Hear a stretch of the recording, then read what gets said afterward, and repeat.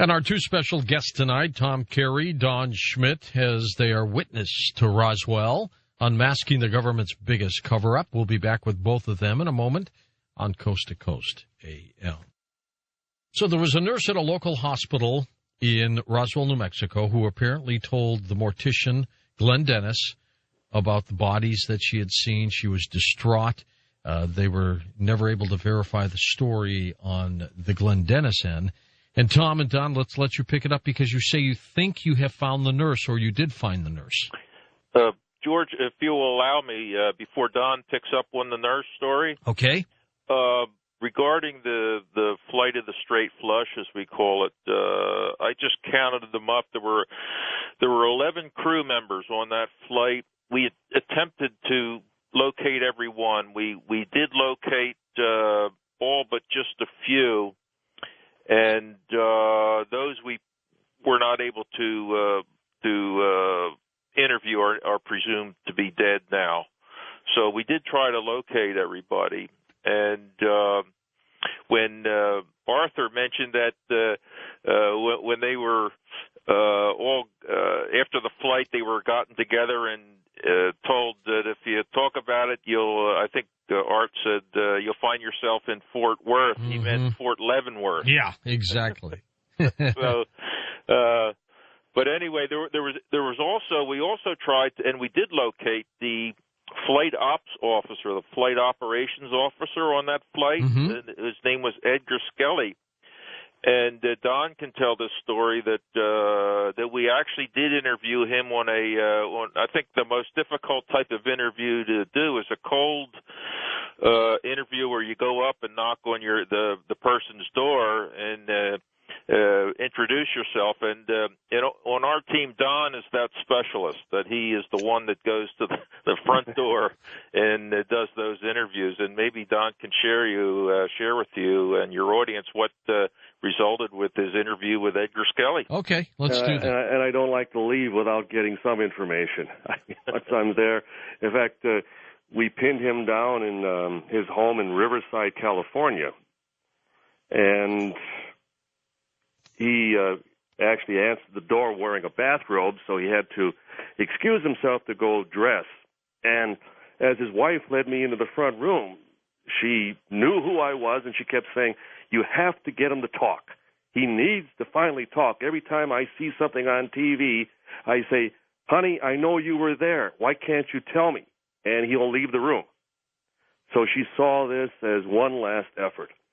And he was a masterful dodger in that he always tried to change the subject on me. Mm-hmm. And he clearly, he's in the base yearbook. He was identified by all of these crewmen on that specific flight. Major Edgar Skelly, he was the one. And it always came back to, I can't remember. And no matter what name I would throw out, I can't remember. But then he always came back to me. Now, why do you need to know about this? Why is this so important to you? And if he couldn't remember, why would he even ask that, right? Precisely. And then he suggested, well, I was in a minor car accident a few weeks ago. I hit my head, and I'm having a hard time remembering. But yet when I was finally leaving, and I asked him for a shortcut back to L.A., he knew exactly how to lay it out for me. So I said, well, thank God that car accident didn't cause any permanent damage. But what was interesting is that when I left, I asked his wife if I could have people such as Arthur and others on the crew actually call her, give her some ammunition, and possibly lead up to a confrontation, directly with her husband. Sure. And she thought it was a wonderful idea. And I talked to, Robert Slusher, Lloyd Thompson, also on that flight. They agreed. I call her back some weeks later, and she says to me, "Don't ever call this number again. I am not to ever talk to you again." Wow, she just turned on you. Yes, exactly. So one can well imagine how she would have been read the riot act after we had left. So again, and this was just in the last 10 years. So again, what is, what's going on? What's going on after all this time that these people still live in such fear. That's true. Now, and tell me now about the nurse, and then we'll move on. But yes, okay. You've just got my curiosity in this story. Well, and it was through a second-hand witness, someone who had actually worked at the Walker Airfield at the base hospital back around 1960. And she worked with a nurse, a fellow nurse who suggested, or mentioned that, I was back here in 47 when the bodies came in from that flying saucer crash. And there wasn't much more said about it, but then Tom was the one who was the most instrumental in actually tracking down this very witness, this very woman. And we had a female investigator, Wendy Connors, actually go to the house when we located her. And she was especially interested in the affidavit that was shown her of Glenn Dennis. In fact, she wouldn't take her eyes off of it. She kept reading it. In fact, she even asked, was Glenn the one who told you about me? Huh. And this woman's name was Mary Lowe. We identify her in the book. We have her picture. And she just, wasn't me, wasn't there.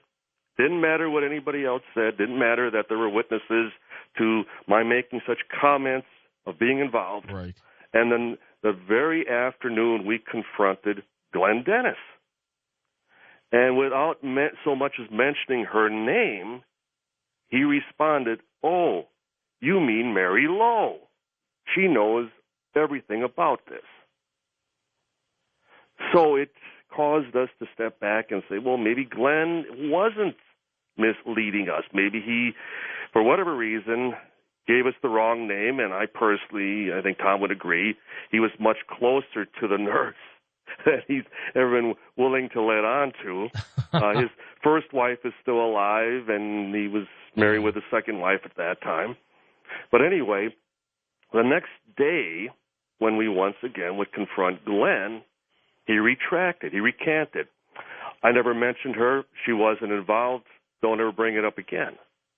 It's like somebody got to him, too. Or she called him and said, how dare you, how could you possibly have betrayed that, our confidence in this story? And end of story. We tried repeatedly after that. We know there were nurses involved. We've had other nurses who we've suspected. And amazingly enough, even the nurses in M Squad, in the medical squad, in the yearbook, they all died rather young.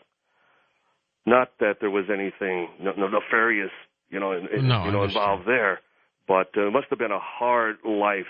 Unlike the Kennedy assassination, where all the witnesses seemed to disappear. Huh? Right, correct. Yeah. But we had tracked down another nurse who, Rosemary McManus, in a nursing home before she passed away. And all she would say was that based on all the unknown doctors and nurses who literally stormed the base hospital, all of a sudden they just all showed up out of nowhere.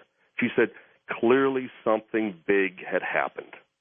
Do you two see a smoking gun at all on this Roswell case? Well, there are. We talk about a smoking gun and the Holy Grail. To us, the smoking gun is the Ramey memo. This is the picture taken on July the 8th, 1947, of General Ramey kneeling with the weather balloon. With all the debris out there, right? Yes. Okay, I remember that. And he's holding something. Yes. Okay. He's. There were, if I remember, there were 6 or 7 pictures taken at that press conference, and Ramey is in 4 of them, 2 by himself and 2 with his adjutant, Thomas Dubose, Colonel Dubose. And you can tell by he's holding what appears to be a telex in his hand.